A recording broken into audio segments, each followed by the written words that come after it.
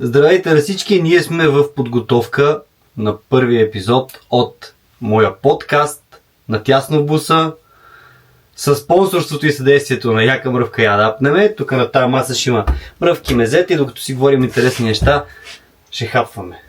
Верно, е много тясно в буса. А на тебе още по-тясно ще истории. И това съм сигурен.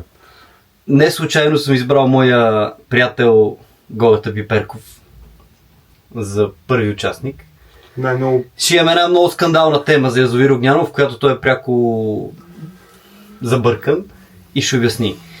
А правиме това видео, за да може вие отдолу в коментарите да оставите въпросите към него, свързани с язовир Огняново, и така го направим още по-интересно.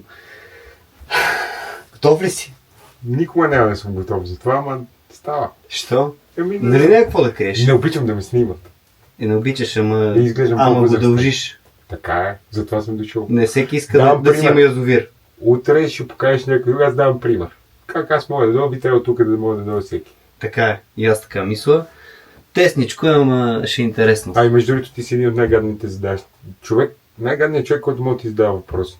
Това е за мен комплимент. Супер. Оставите вашите въпроси към Георги Перков долу в коментарите, които аз ще му задам лично, когато заснемем първи епизод на "Натясно в буса". Айде!